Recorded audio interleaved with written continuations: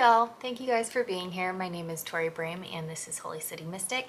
Today I'm literally just going to talk about a soapbox when it comes to astrology. If you would take a minute, like and subscribe to all that stuff. So I don't know how I'm going to title this video yet, but it's going to be something along the lines of, it's okay I'm an asshole, I'm a Gemini. Raise your hand silently, I'm sure, because I can't see you guys, about how many times you've heard that. And like, it gives astrology and astrologers such a bad name when that happens. And it's to the point in my life right now where I really feel a need to address it straight on, because so many people, I'm sure none of my followers obviously, but so many people use astrology as license to be a jerk. And so that means with me, whenever people hear that I am an astrologer, that I do readings, that I have a YouTube channel where I focus on astrology and teaching videos and all this stuff, they're like,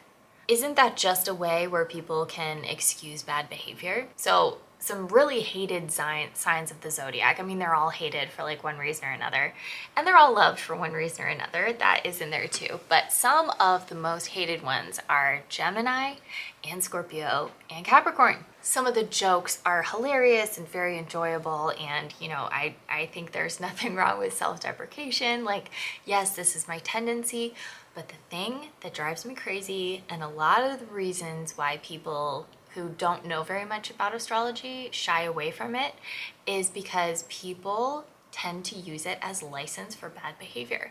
So I just want to take a minute and talk about the higher expression versus the lower expression of a sign. So I'm a Scorpio, so I'm going to talk about Scorpio for a second. Scorpios usually get a bad rap for being extremely secretive, extremely jealous, extremely suspicious of other people. And while yes, that is the lower vibration, the lower expression of Scorpio, where you are dealing with more of these obsessive behaviors, the higher expression is their investigative nature, where they are very interested in what's below the surface. They want to know deep truths, not just the surface truth, but the deep truth, the conspiracy theory that turns out to be true, the very long history that leads up into this moment in time. If you have any kind of investigating to do, any kind of deep diving, anything like that, whether it be psychology, murder mystery, anything like that, you want a Scorpio on your team, or somebody with a lot of strong Scorpio placements, because they are very, very good at diving deep, seeing what is beneath the surface, all that stuff. Nowhere in the Zodiac, nowhere in anybody's teachings, alive or dead, has anyone been like, yeah, no, this guy was a psycho murderer because he was a Scorpio. Like, that's not part of it. That's not part of it.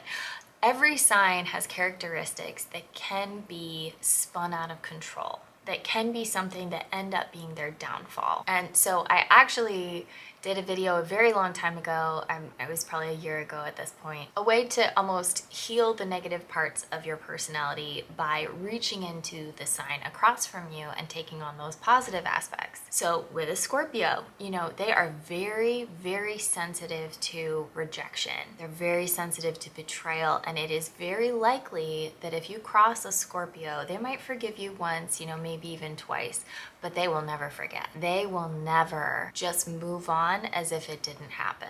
That is a characteristic of the worst aspect of Taurus, which is stubbornness, which is holding on beyond the point of no return, like just holding on to the bitter end. You basically have to cut the bite out of their mouth because they will not let it go. So if you look into any religion, any philosophy, anything like that, you are going to have aspects of, how can I sleep at night? What are my beliefs about the world in a way that allows me to sleep at night, allows me to be at peace with the world? And then, how can I be a better person?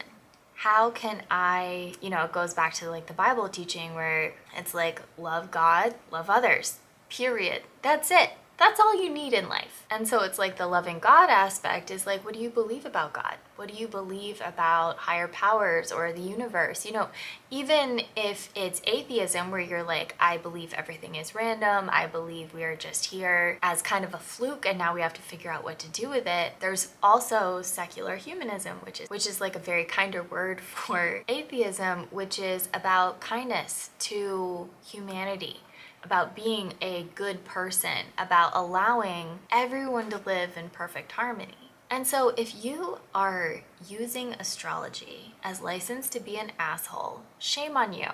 That is not okay. You're giving astrologers a bad name. You're giving yourself an even worse name because, like, what the hell? Some of my favorite people on the planet are Geminis. Some of the most beautiful aspects about my own life are from Pluto. And everybody's afraid of Pluto. And so just remember, the whole goal in learning astrology is not to give yourself a pat on the back and be like, well, this is just how I was made. This is what the plan always was for me to incarnate into this world as a jerk. Take a step back. Actually think about how you are bettering humanity by your service here. Geminis, just because we're on that, Geminis are often accused of being two-faced, often accused of being liars, and just, you know, they will be whatever you are to your face, and then they will go off and spread rumors and like all this stuff. Also very cruel and cold and conniving. And while yes, that is a very low expression of Geminis, Geminis have this amazing gift of being able to see both sides of a situation. They can walk into a room and have a conversation with somebody and they are talking about their political beliefs and they are just completely left, 100% left. And Gemini is listening to them and they're just like, yeah, I get it. Like, I understand where you're coming from. I understand your philosophy. That absolutely makes sense. And then they talk to somebody who is completely right. Both people in the exact same room. And they have so much intellectual energy that they can allow for both in the same room. They can understand both. And so they're listening to somebody who is talking, you know, completely left. All their views are completely left. And they're like, I understand. I comprehend how you're feeling about this. I totally get where you're coming from with all of your beliefs. I understand why you believe them, all this stuff. As far as them being cold and conniving and evil and all this stuff, not really. They're just not very emotional. You know, it's an air sign. It's the first air sign of the zodiac. And so all their stuff is just very intellectual. It's all just information, you know, it's not a big deal. Like, none of it is really a big deal to them. And so you get like a Cancer in the mix, or a Scorpio, or even a Leo, where there's like that deep passion for something, and then you get a Gemini and they don't really get it. Like, they don't really get what the big deal is. Like, it's just information. It's just that Mercury concept of like going from one thing to the next, that like short distance trips where they're not going deep into anything. They're not getting their gut into anything. It's just, they're just learning. They're just communicating. It's all education, and they're interested in every type of education. And so it's like, yeah, if you use that power, which it is a superpower, do you know how exhausting it is for water signs to comprehend two sides of anything?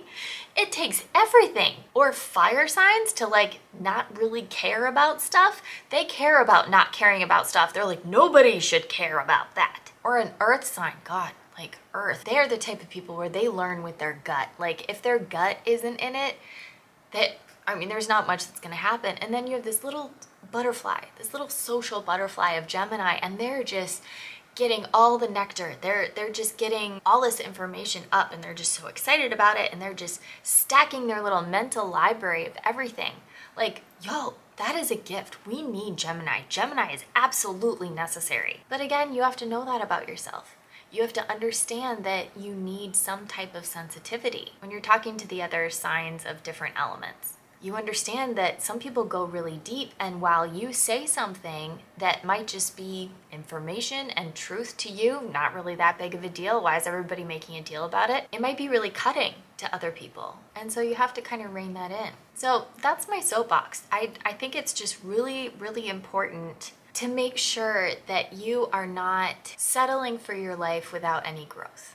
I think there absolutely needs to be growth. And, you know, say you have a really hard aspect. This goes for aspects too. Say you have something in your chart that is a really intense aspect where it's like you have an abusive father. He abused your mother. He abused you. Now he is in prison for abuse, you know, all this stuff. And you have Saturn in something that's like, you know, a very difficult aspect and a very difficult sign. And it's like, yeah, of course you had an abusive father. But now you're like, all authority figures are going to be abusive. No, don't settle for that.